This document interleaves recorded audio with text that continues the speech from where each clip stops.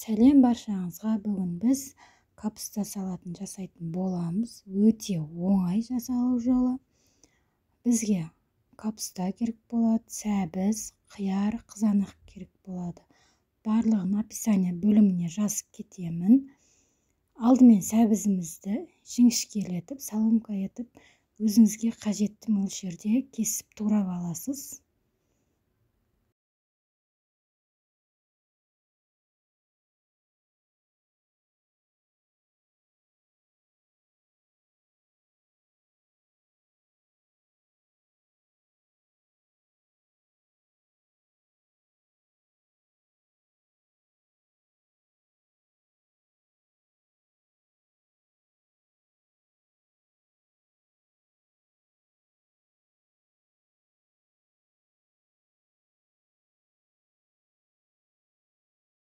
Капустамызды турап болғаннан кейін сәбізімізді теркадан өткізіп аламыз.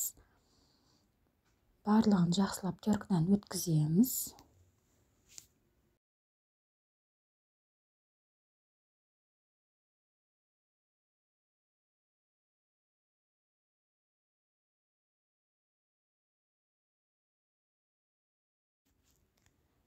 Сәбізімізді теркадан өткізіп болғасын, қызанағымызды төртке бөліп алып, оны да соломка етіп кесіп аламыз. Қатты жұқа болып кетпеу керек, қатты қалың болмау керек. Орташа сантиметрде, миллиметрде кесе бересіздер.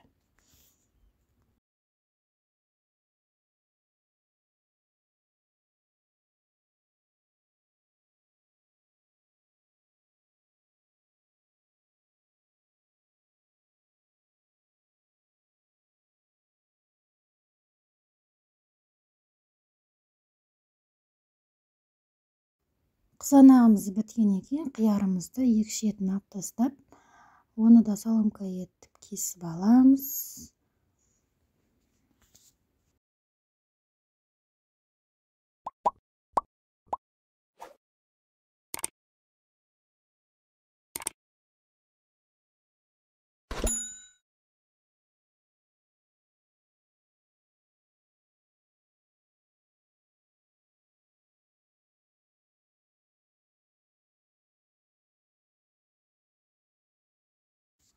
Барлық қоспамызды ыдысқа салып алып, чим-чимді салып, жақсылап салатымызды араластыратын боламыз. Жақсы араласқан сайын дәмі де керемет болады. Тұз ештеңе қажет емес, тек чим-чимнің өзінің дәмі жеткілікті.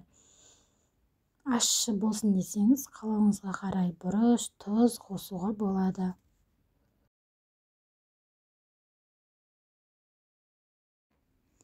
Видеоны қарап отқан болсаңыз, есіңізге сала кетейін, лайк басып, комментарий жазып, тіркелуді ұмытпаңыз. Видеоны соңына дейін тағы көріңіз.